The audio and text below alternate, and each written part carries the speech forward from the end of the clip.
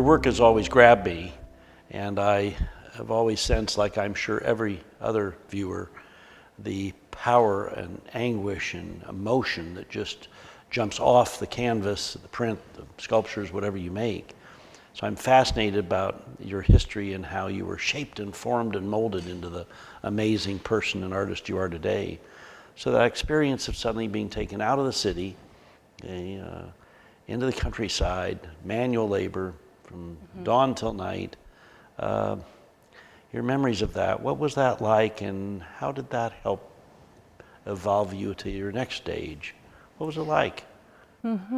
That's a very good question, because when you throw into the dirt and you every day you gather up before the sun rises, and you cook in a primitive way in the kind of a stove, and you live on the brick-made bed with your fellow,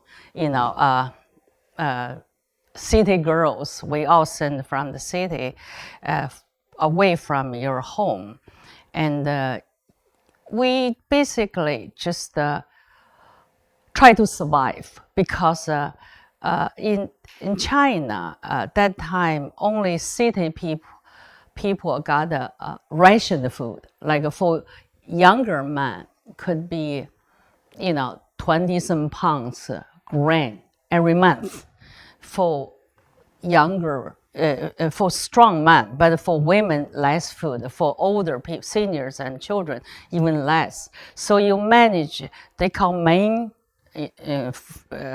food is grains, rice or flour, that corn meal, and now like a small family only have 2 dozen eggs per month, like a couple of pounds of meat you get per month. So everything rationed. I years ago visited Cuba. They showed me ration book. Only I recognize what that is. Like how many you have one chicken, the family for this month or something. Like, wow, that's just like China. So that kind of situation in countryside, you even didn't have a ration food. All year round, you work in the field, no matter cornfield, rice field, or wheat field. Day in, day out, there's no clock, and sometimes roosters, sometimes big loudspeakers with a revolutionary sound, very loud, and get up, just go. And then you came home, carry water from the well. I still can do it, I think, and kick the fuel into the so-called stove, and it's made of brick, and try to cook food. And then you realize, what? Really, we got to know the peasants so well. Some families so poor, a lot of children, not enough labor in the family, because every day there's one guy make record. You go to the cornfield, okay, mark today you worked, like check in, check out. And for women, you make less each day than the men. And once I remember, I had, because from the city, I used Mao Zedong chairman Mao's quotation, say, men, women should be paid equally. See that quotation in that toilet, public toilet outside. You guys, and I fought for us to get the same payment. Didn't work. And but survive. And then the interesting thing, because from the city, we didn't, even without the good food, so tired, but night we passed on books which somebody secretly kept from after the book burnings, because all the books from the West, like Victor Hugo's book, Balzac, whoever you named, all burned because it's not revolutionary. And ancient Chinese book also, burned, except Mao Zedong's book allowed to have. So we pass on one book. Sometimes you finish one night, okay? It's that thick. Victor Hugo's Les Miserables, maybe this book is like, okay, the other village, other people waiting. So that's amazing. You could not go anywhere, but that's the power of art and literature. They come to you if you have this secret access. That also sometimes laying in the bed, very tired, and the four of us, four girls, start to sing songs like Russian folk songs or some exotic, maybe from a movie, from Albania movie, but very exotic. The next day, the country girl said, last night, what did you sing? So great. They never heard. Then we said, revolutionary songs. It's about communism, about revolution. But so we try to save us a small part of possible. The insanity, whatever, they try to have a part, like no matter literature or art, even just a Russian old folk song somehow can support us. So I now look back, I feel strongly the power of art, literature beyond just food, beyond just the clothes you can wear. It's really powerful. I think to me, it's important to get a book of about Hitler, called The Third Reich. The book is really dangerous, actually. Echoes something very much about China than dictatorship, and just a sacred book and dangerous book you pass on. So that's over the years, that's my work has a lot to do with even people in the very bad situation with hardship, but how not just surrender, not just being poor, a victim, how to overcome, how to still maintain your dignity as a human being, and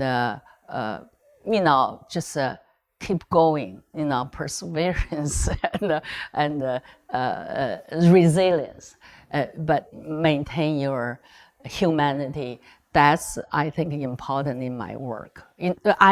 When I saw Dorothy Allen's images of the Great Depression, Americans and refugees and people lost in the Dust Bowl, lost their land, try to migrate to other countries for better life. I could smell them also from the old photo, because I smell the Chinese peasants. They're not too much different, with a lot of children with dirty face, and probably for many days without a bath, homeless, just barely had food. So those things to me, I think, is universal. It's very familiar. So I like human faces also. I saw peasants' face. We sent to the military, practice and try to learn how to fight, to shoot rifles. Someday fight our enemies, whoever they might be. Could be American imperialism, could be Soviet revisionism, could be Vietnamese way. But I just think down to everything is done very personal. You see, one face tells you so much about the story behind. Even this old historic photograph, I felt like when I look at the girls, like 10, even from 30s, will be what? 90 years old, maybe long gone, but somehow maintains a young girl looking at me easily.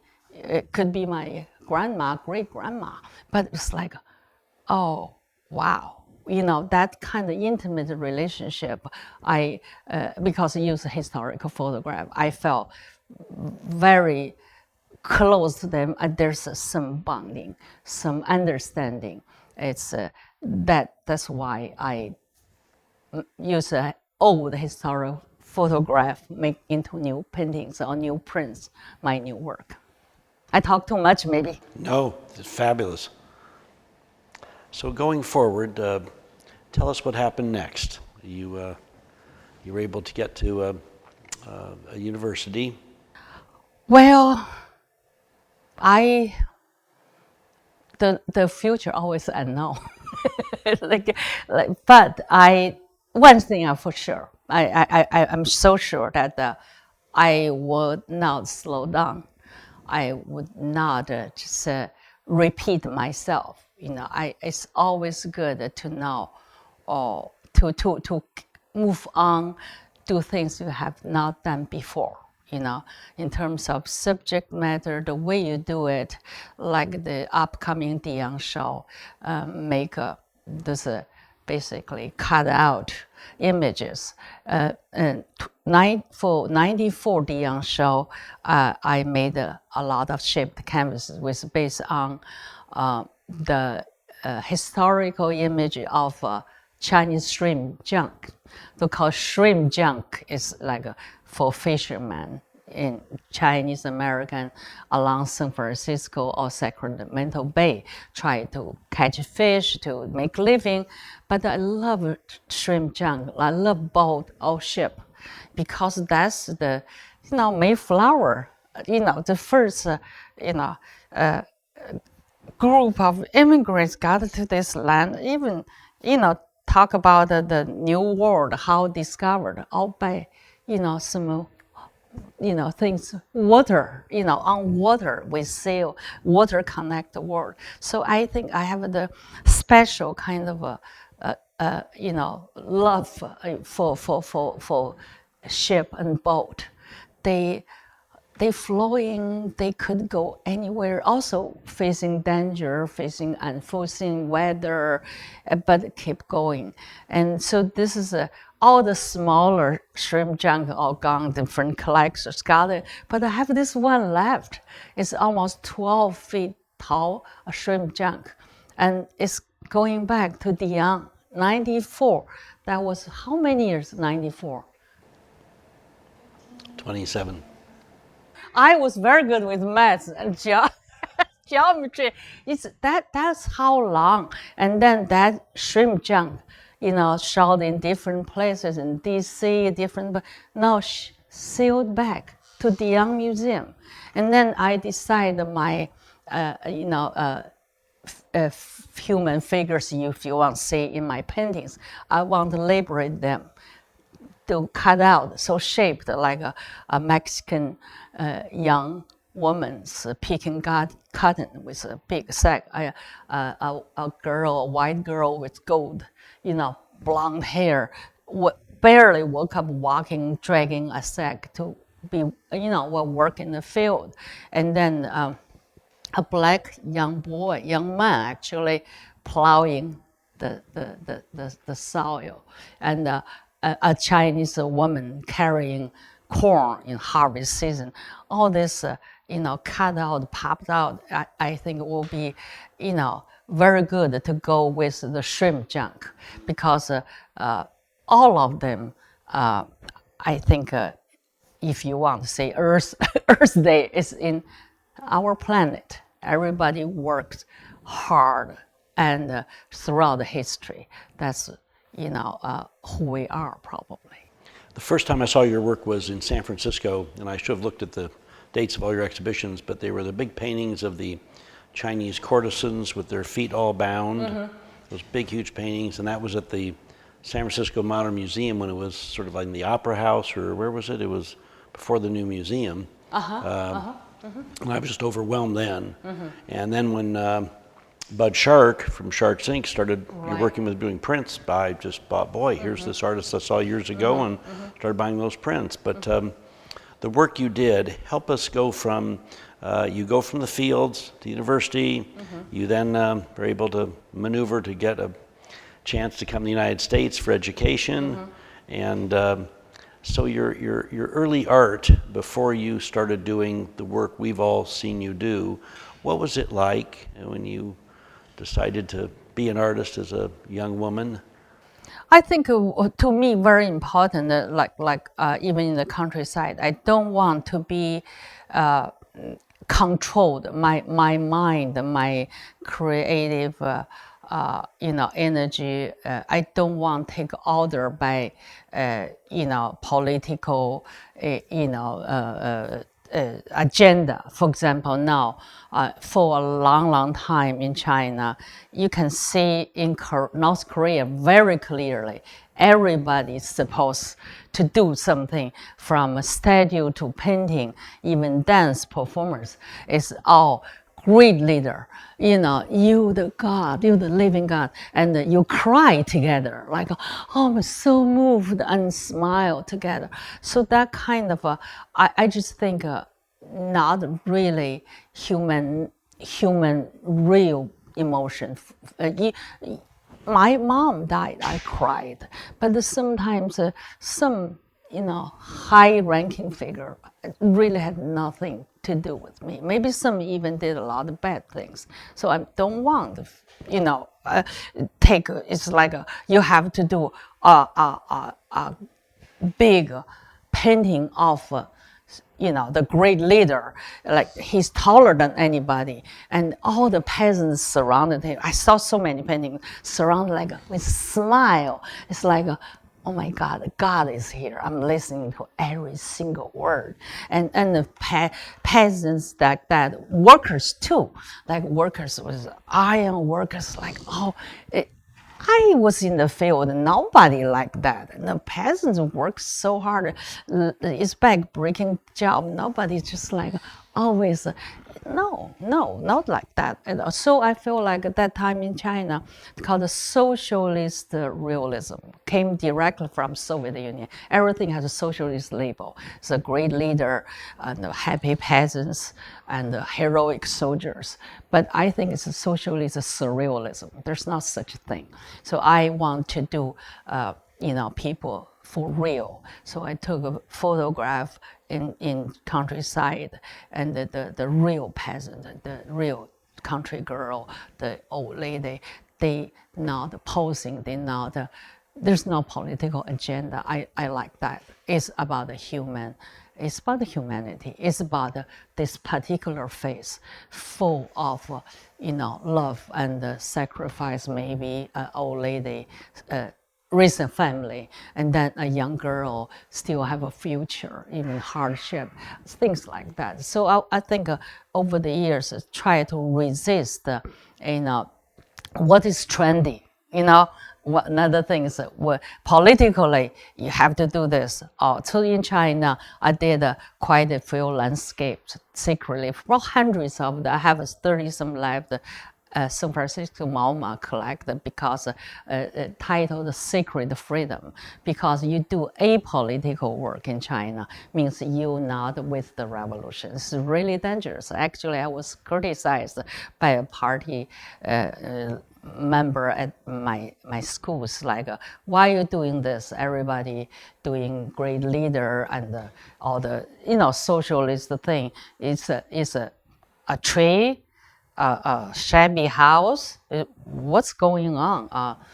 So that is maybe my way to maintain artists, be independent, be creative, separate from not take party order, but also take the risk, resist. No, I'm not going to do that. So is it fair to say that here we look back and you're born, your father's not there, your mother, a tough time, then you're suddenly sent in the fields.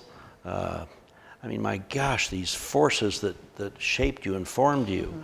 So was the art a way, in terms of maintaining your dignity, the word you used earlier, almost in a cathartic way to get this emotion out and sort of deal with the pain and anguish and that you had been faced with, or is that too simplistic?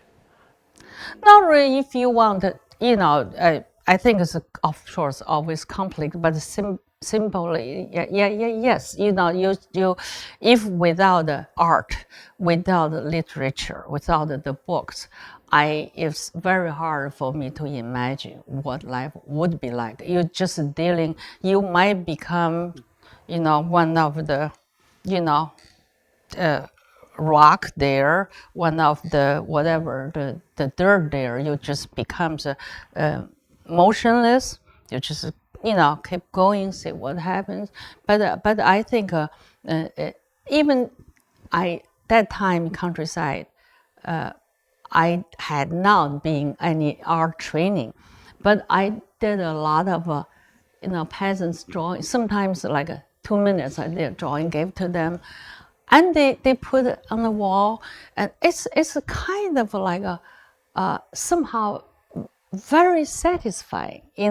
It's like they know that, oh, she can do something, like, okay, do this, and just even I did like haystack. Not the impressionist haystack. I use a charcoal pencil.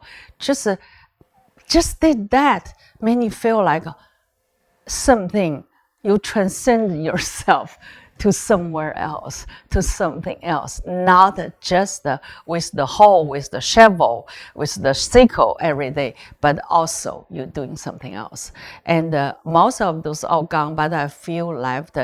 Actually, in the National Portrait Gallery's catalog, some early drawings. It was really interesting how I did it, because we hardly had any break, maybe 5 minutes. Everybody is so tired, harvest season. Everybody just lay right on the ground.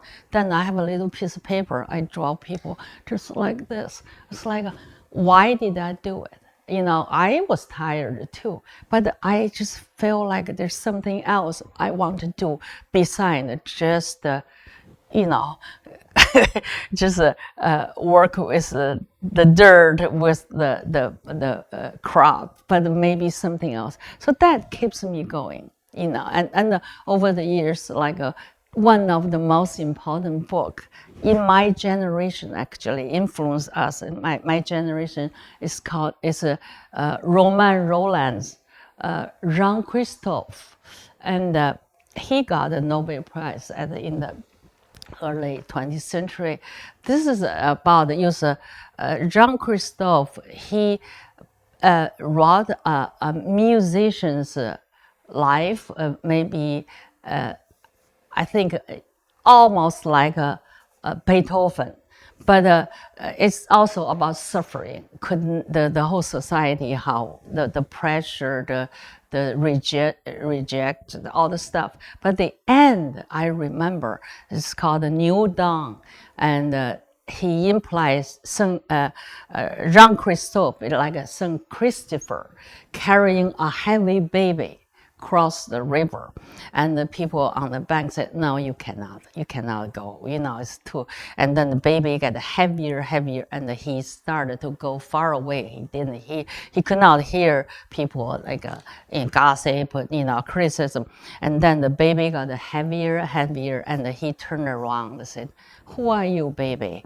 And the baby said, I'm the days to come. So I'm the future.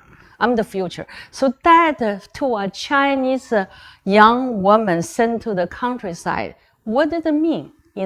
It's like, yes, there's a future. You carry your load, your cross, the baby on your shoulder, just cross the river, just keep going.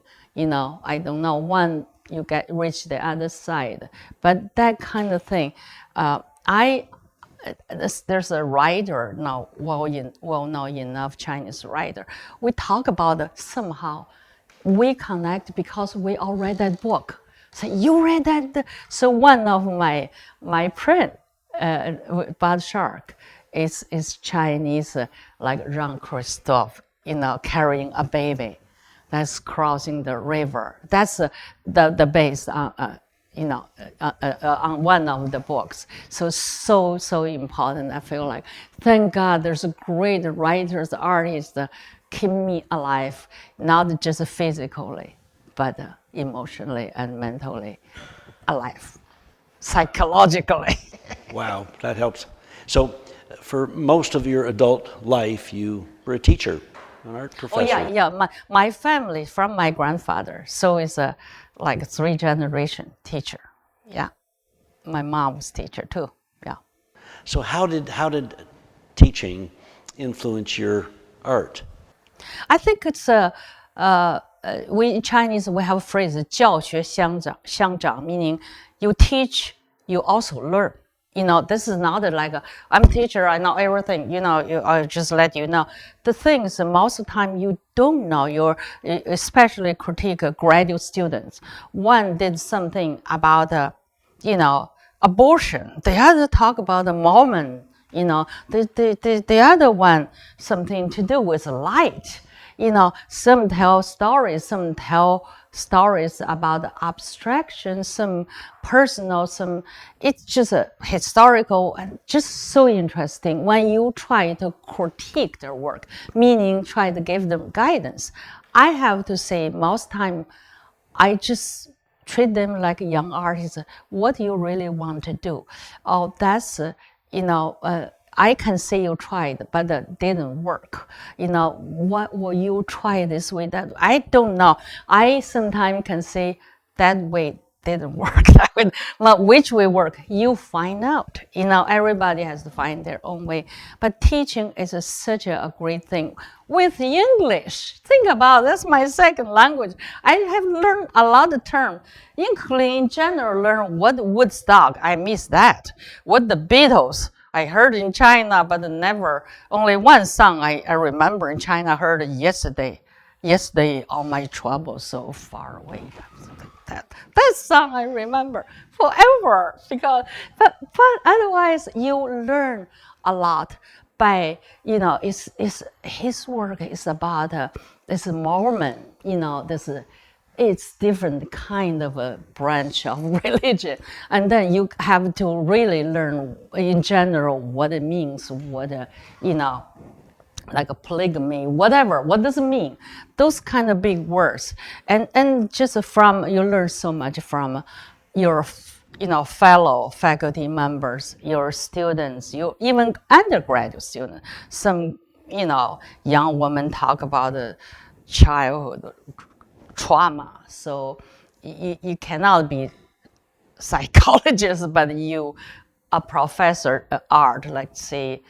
Not just bleeding heart, can we do artwork? I will transcend your experience something else. Just learn so much. Even just learn about the history of this country, pop culture, and politics, and religions, and on and on. There's so much to learn. So I feel. Now I still, before the pandemic, I went to Stanford to critique the graduate student work. I went to Utah, and it's the graduate program so different, and how you engage, talk to them. I think it's important as a teacher, you care. That's very important. They know you care. You care about the work. You really want to listen what they want to do, and then give them, feedback, so-called. So that's what I learned from my grandfather, my mom. My mom, such a great teacher. Once when I was young, China only have Sunday off. She took me to visit two parents because the students, young man, didn't behave well. The parents both deaf. So her student, the young man, so nervous. The teacher will, oh my God, talk to his parents. But she was very nice. They learned how to write, and then, I was there watching the whole thing. I said, oh, Mom really spent only her day off to, show that she cared about this young man. So many years later, this young man became old man. My mom's funeral showed up. I said, I remember. I went here, and he cried, and we talked about being a teacher. His students remember. Said, I'm glad she was not just my mom, but you guys teacher. So I think that the family legacy important to me too. Yeah. Let's talk a bit about your work, okay? Okay. You do prints, paintings, sculptures, the kind of caustic thing you've done, of all these different kinds of materials. Tell us what it's like, and do you have a favorite medium to work in, or what's it like going from one technique to another? My favorite, if you I have to say, is oil on canvas, because I feel like each time I learn something new, not just the subject matter, but the way, for example, that painting the bread, it's like I love the certain bread, but it's like a paint each bread like a portrait, and behind some bread, it's like a halo there. So it's like a figurative, but it's very interesting. You learn from new painting, new subject, you think a new way. But in terms of other media, like print, etchings, or lithograph, or silk screen, or whatever you name, other things, woodcut. What I like about this, they challenge me. So safe, so not that I know each painting. I don't know how to do each painting in the beginning, but I still under my control and my studio. Like I go to Bad Sharks, and it's like I don't want to repeat what I have done before. I have to refresh my memory because I don't do print every day. So I just remember, his print shop, lithograph, is not big stone. It's plate. It's different than tamarind. 3-4 months roll out a big stone. And luckily, Jim Dye liked the stone be, standing up. So they made the stone not flat like this, I use that. So they said, only you and Jim Dye use the big stone. And then the limitation is not like my painting. I can freely render because you have to layer, you have to do the key plate, and then think about the color, think of other things. So I felt like it's limited. To me, limitation is a beauty because it forces you to work around, to work with the limitation, because oil can only do so much.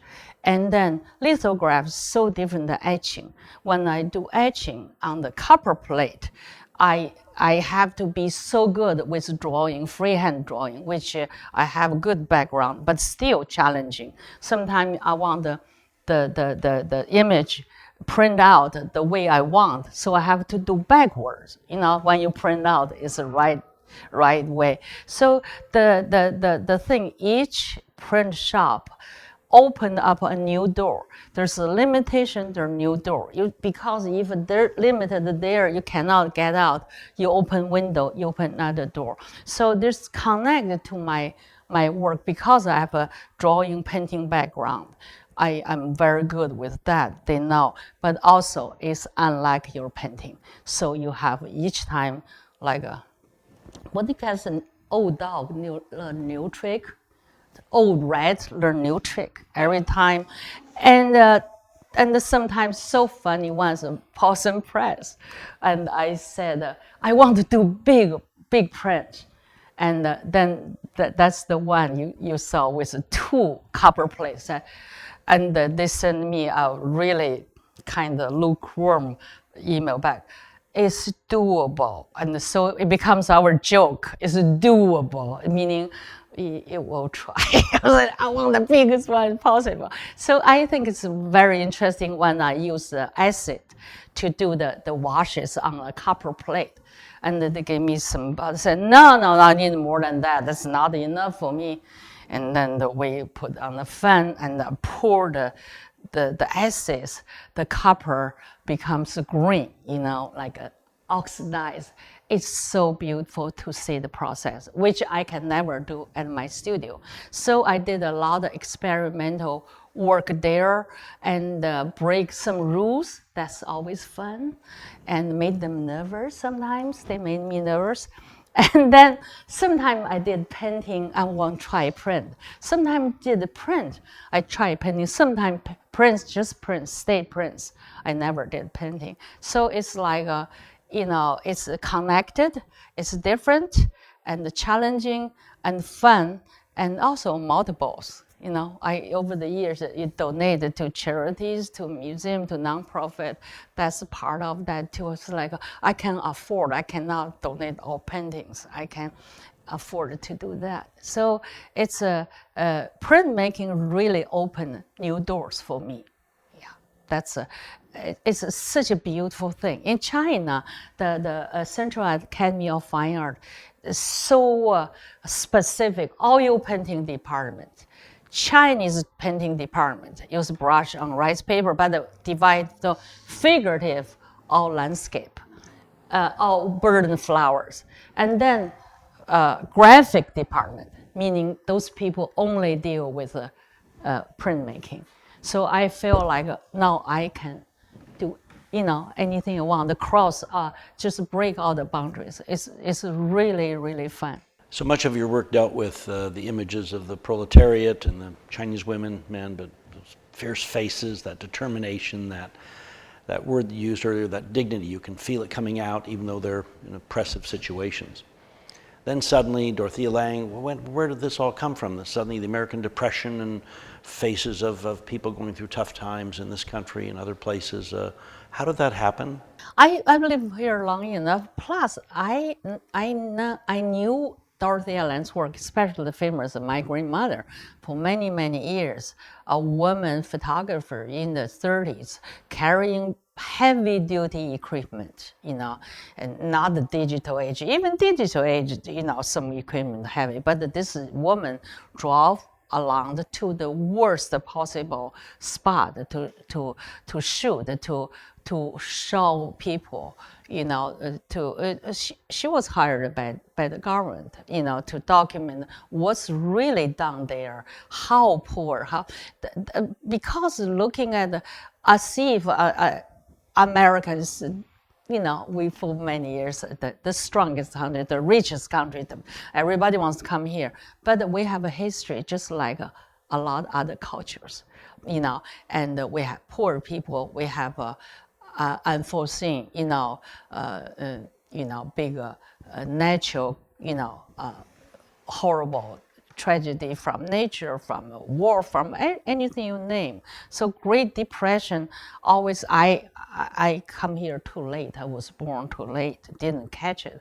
But was not that far. It's and even once my work showed somewhere in Wyoming, and the University Museum, a guard there, because we're talking to students about the Great Depression, this young girl, in the 30s now is way probably 90, but then the security guard tells, what, my grandma was one of those. And so where is grandma? Live in Sacramento, So I feel like people still alive, who lived through that. And also, like I mentioned, I almost could smell the sweat, the clothes, I can feel that because my experience, the countryside, to live with, to work with the poor Chinese peasants, they're not much difference. Just the Chinese, and there's Filipinos, there's black, white, and Mexican, American, just all kind of people. So I feel like they could have been easily my people. They could have been easily my grandma gone through this. My grandma didn't have a chance to come here. I come here, maybe I should learn more about the history. Also, maybe I should adopt some ancestors. People adopt children. I think we can also adopt each other's ancestors as well. So are you suggesting, that's fascinating, that you actually see part of your own legacy and your history through the faces of Dorothy Lang. Absolutely, absolutely. I feel like the black boy, his face reminds me of so and so even have a name that countryside. It's just you can almost feel like I know him. I know him. I know her, even though we never met. It's like 2 generations apart. But somehow, I think that's what I like about historical photograph. Not today post like also too many, but it's very one click of negative, and you didn't know what you catch. You try the best, right? And then go back to dark room. What I did in China, actually, I know how to use chemical, and it shows up. It's like, oh, I didn't realize. Oh, behind this woman, there's a cow. Oh, there's somebody making face. Oh, whatever. So Dorothy Allan gone through all that use. She had to calculate how many film, exposure left, and then carry back. Then went to her dark room. So finally say, oh my God. So I just felt like I almost had almost first-hand experience with her, and to seeing through her eyes, connected to her subject. See, when I look at your work, and from the first time I saw it, you have this amazing way of just taking us into the heart and soul of your subjects. You feel it. In the same way I feel that when I look at Picasso or David Hockney's images of Celia and others and so forth, you get drawn into it. Yours has more anguish for me, like Francis Bacon, for instance. You can just feel the power of it. You just start. It's like a cloud just starts consuming you, and you sense you're reaching into their heart, their soul, their being. That's very, very, very well, put. I'm so glad you talk about I had that kind of relationship. You got it. Really, I felt that way. Speaking about you remind me when David Hockney visited China in 1980. I was a graduate student at the Central Academy of Fine Art. He visited us. He said, "Can you show me some work?" And my fellow guys showed whatever, oil painting, different thing. I probably grabbed a bunch of Buddhist cave drawings I did in the remote along the old Silk Road. And in his book, China Diary, he said, Mrs. Liu. Why Mrs. Liu? I don't know. Mrs. Liu showed the work is rather kind of religious because it's Buddhist cave. Said this could not be happening during Cultural Revolution. I'll show you the book. It's so interesting. He took picture, and I have two fellow graduate students. They're doing whatever, and then I look at the camera like that. And then I said, that's another way resist. If I go back to history, our heritage. Even Buddhism, not religious, but it's not a socialist realism. So I felt like, yeah, that's another way to to push back. I studied mural. That's our heritage. Let me ask you just an odd question technically.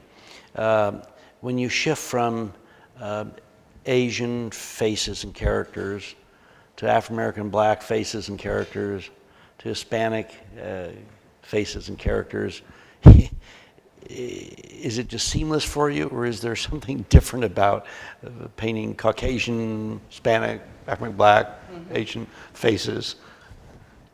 You have to, for me, I think it's just figure out what the main colors to do a black face. I do have black friends, students, so I know, not black is from Mars, I know, but how to mix the right color. The chocolate man, whatever, it's not a chocolate, there's maybe sometimes to me like a bronze, like metal, maybe they need a cool color, just to need to figure out. And for also, I know Mexican Americans, Latinos, artist friend, and now the artist friend, even next door, there's a couple, have a cafe. I saw them. So it's I think this is a part of American. It's not too foreign, too exotic to me. I just need to figure out. Even among, just like say to Chinese, some Chinese yellower, some redder, some pale, some like really, shiny, and depends.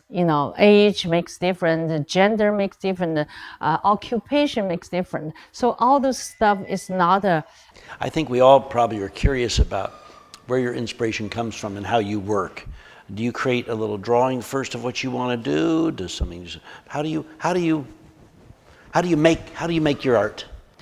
No, I don't do little drawings. I sometimes on airplane, I look at a lot of, one thing I like used to work on the airplane, especially long flight to New York, to China.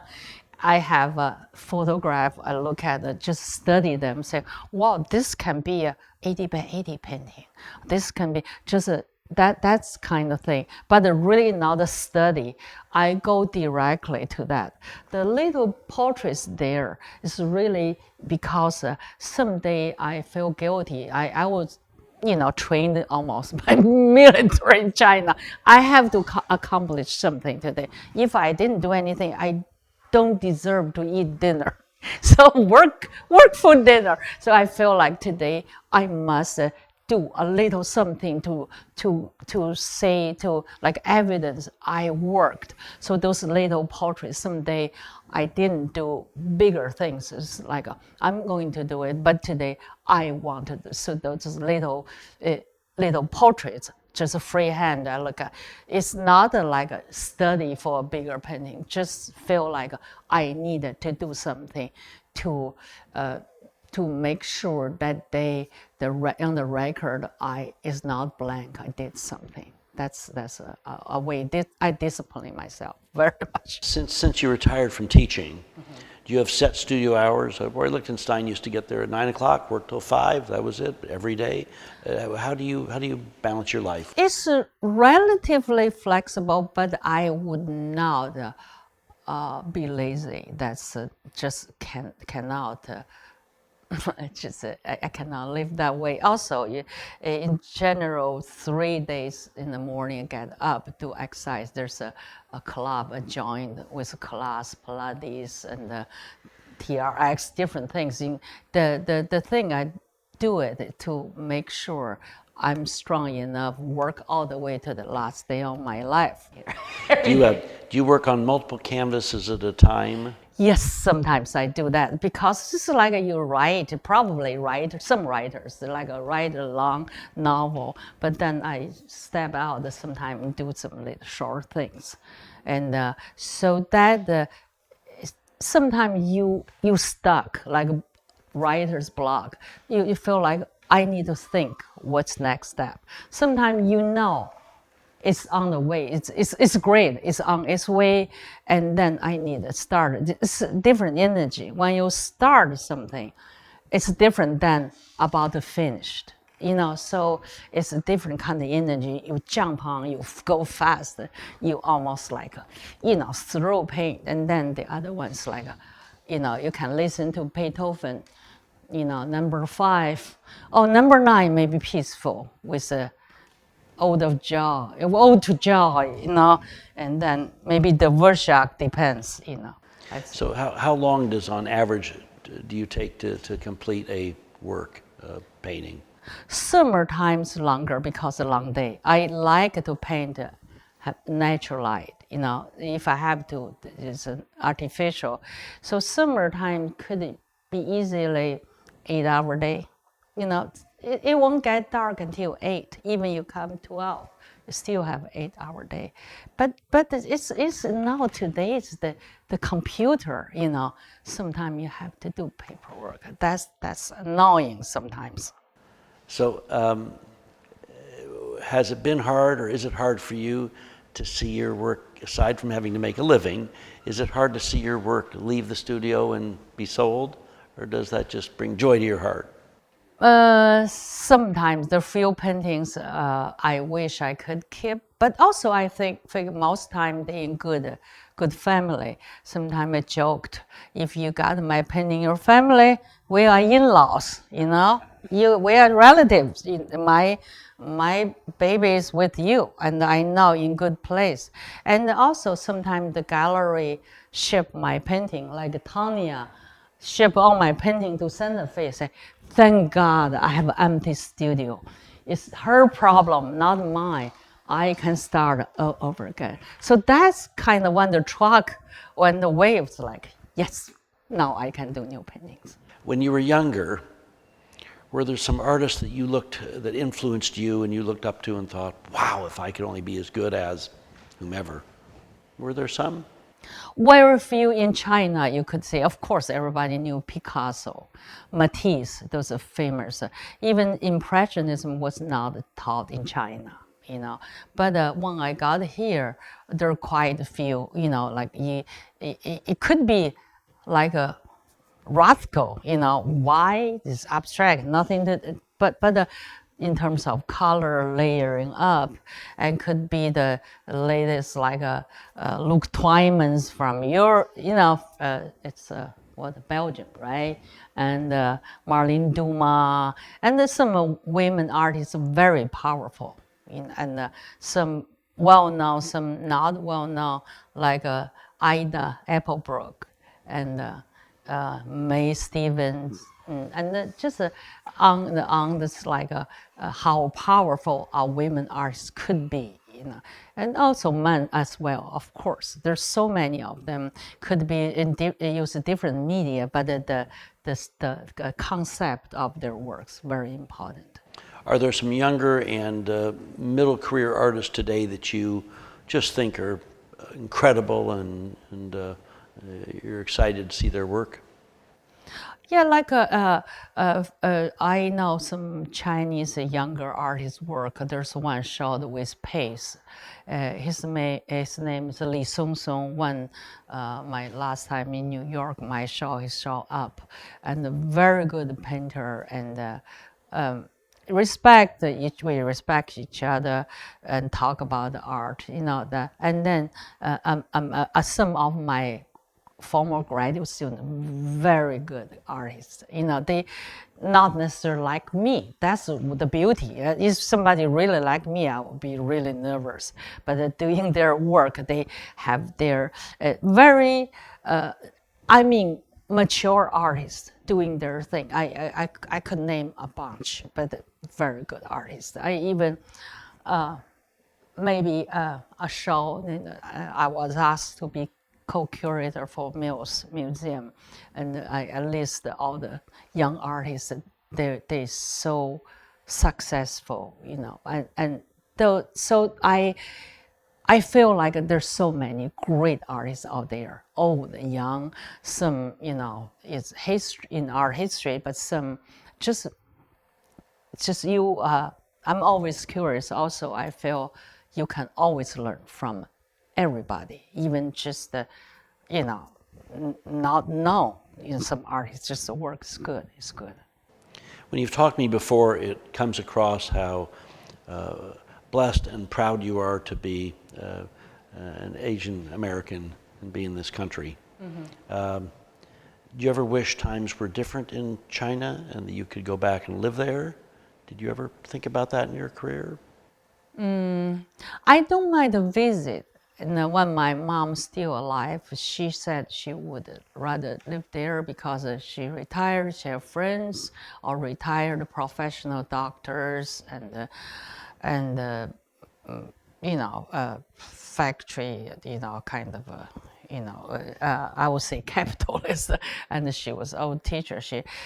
I visited often when she was alive, called her every day for 7 years when she was alive. But now I feel I still don't totally trust the political situation. I have freedom here. I can do what I want. I can say what I want to say, be honest. In China, we learned if I really don't want to line. I don't want to tell the line to fake it. The best way I can maintain my dignity is shut up, keep silence. I cannot tell the line. I cannot tell the truth, but I try not to tell the lie. So that's the life I don't want to relive. And this age in my life, I just want to be able to continue do my work I love to do, and without any, too much, interruption unrelated to worry about other situations. So I think basically I can do it. Yeah. And I wish I don't have to do a lot of paperwork, but The last several months, there's been a lot of news about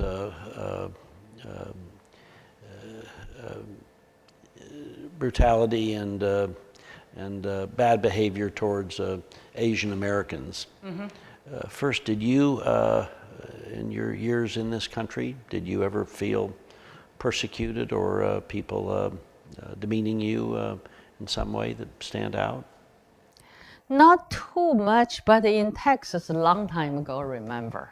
I don't know if I need to tell the story, but anyway, travel agent Jeff was working with for the university. He's the director of the university gallery, tried to arrange trip. He was there working with travel agent. That time there's travel agent, you go there, and then there's a bunch of brochure, like a Dallas, different, all the. And I happened to have a friend from Hong Kong coming. Then I was collect brochure for her, and then just I got a few brochure. Actually, a black woman came out from the counter, like, you cannot take it. I said, are these free? He thought Asian, I'm just taking free things. It's travel agent brochure. And that was like, I was shocked. I remember Jeff behind me. He said, just give back. I will never do business with them again. So that's I remember. Another thing is very interesting. In, let me think, St. Louis, I'm making print with the Washington University. They have a big printmaking, and I was the guest of honor. So the chair of the department's a guy, funny guy, with the master printer is a younger man, and then there's another faculty member. But anyway, like 3, 4 white guys with Asian woman, and then we have a lunch at a Korean restaurant, and there's that kind of almost like a burrito, Korean burrito, and the woman demonstrate how to roll up actually another chair, the dean, on his plate, and made this is how you eat it. So the dean put that on my plate because I was the guest honor. The Korean woman grabbed his hand. It's not for her, it's for you. And then I said, you don't know where I'm from. I'm from California. And whatever I joked, but I felt like this Asian woman, this Korean woman, could it be owner's wife? I don't know. But she just assumed an Asian woman didn't deserve the first. She made for that white guy. Looks like a boss. He was the boss. But I was the guest of honor. So that kind of the internalized Asians, we Asian women, we don't deserve that. So I did joke, but I saw, oh my God, and she just could not see that. She could not see it. So that kind of thing is almost, to me, it's a reminder. But I never intimidated by anything. That's not my nature. I constantly forgot I I'm Chinese, I'm Asian. And the friends lately said, be careful. I said, be careful what? So you go somewhere. So once I joked, I put a hat on, glasses, and went to an Asian market. I said, do I look like Asian guys? The Asian old woman, somebody kicked me out. I'll fight right back. But anyway, in general, I maybe I'm too overconfident. But over the years, I work at the college, work with people, never just within Chinatown arena. So I feel like I don't always say I'm Asian, I'm Chinese. I'm not that way. So tell me your husband. How did you two meet? graduate school. The Chinese government held 4 years, won't give me passport after I was accepted to graduate school, UC San Diego. So finally I came. He was there waiting for me. So who asked who out first? And our studio very close, maybe separate by 2 or some other people. One day he knocked the door. How are you doing? How do you feel? And then I said, some people cold or something, something like that. He said from that time on, he said he want to show Americans not cold. We love you. Is that true? Oh, I don't know. But we were fellow graduate students, and a lot of things we did together is all about involved with art, like a non-profit art community, helping people and travel. He did a residency up in Sun Valley. As a writer, as an art critic, so we traveled from the 80s. We did a lot of road trip. So all over, he introduced me to American culture. So the first few movies, that time's VHS, this old. He showed me The Grapes of Wrath. So that means in the 80s, I'm aware of Great Depression, Dust Bowl, and then Deer Hunter. Those old movies, I still remember. So how has he influenced your art? Oh, he's my art critic. Very harsh, very straight. Sometimes he walk in and say, I think you need to repaint this painting. Say, please get out. I just started. But a lot of times we discuss, we had argument, but sometimes his suggestion, his input very important actually. He's my first audience. And so we really too deep into art. You can really hurt each other by arguing on art. But overall it's good.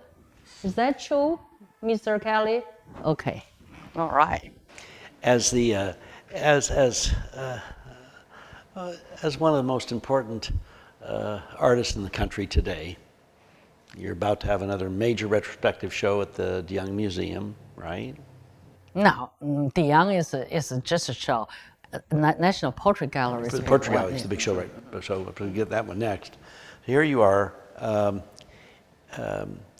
Have you seen yourself, as others may see you, as being a role model for other women artists and Asian artists? Mm-hmm.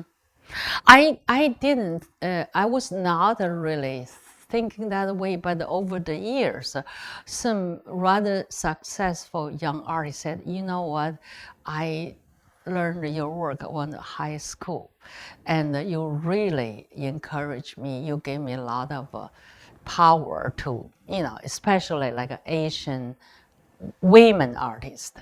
And just yesterday, I got a high school students from Vietnam ask me, I'm writing a paper for high school.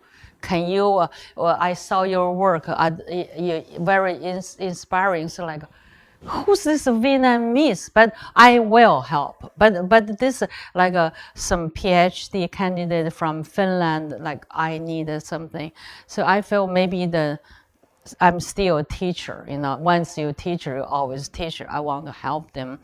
Some of them get a PhD, send me their book I cannot read in foreign language. But what I'm saying is like a high school students in Tennessee saw my painting, and then they did some performers sent to me.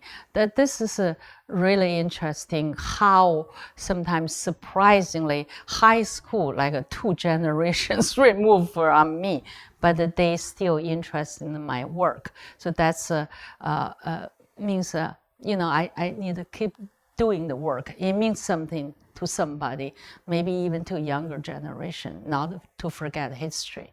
That's very important. While your legacy is still continuing, just as we're surrounded by lots of your current work, if you had to look back from today, looking back, and someone asked you, what has your legacy been? What are you most proud of that you've accomplished and done? That's other people's work, not mine. Mine is just keep working. Legacy is sometimes after you die. So I just keep working. That's in my only, focus, and let other people. There's one in Tang Dynasty, which is 7th century to early 10th century. There was once an empress, she was not empress. When she was dying, just all the emperors have this headstone, everything, what they had, their great legacy, the whole thing.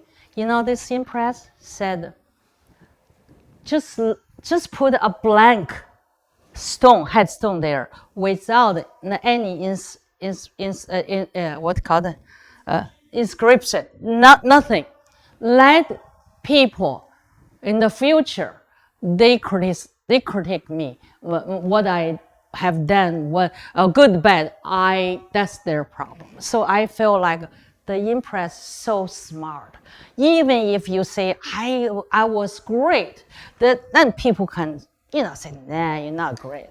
So I feel like who I influenced, maybe this Vietnamese high school student, I don't know. But it's let other people do the work, or maybe next generation. I don't care. I do my work. This is care, right now.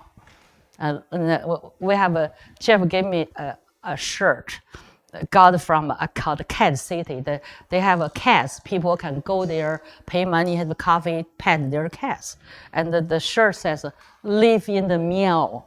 Live in the I meow. I'll just live in the meow. Live in the meow with my work. We done. Not yet. Oh my God, One last question. Last question. When I asked you about various mediums, what you said was that you like challenging yourself, whether it's etching, screen print, woodblock, oils, whatever.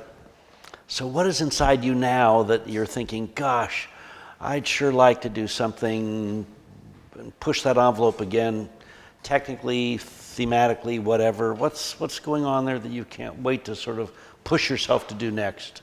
Just go crazy one day without carrying anything. Maybe throw it up and do your hands on. Just when you only live once. Just one day, just forget about anything.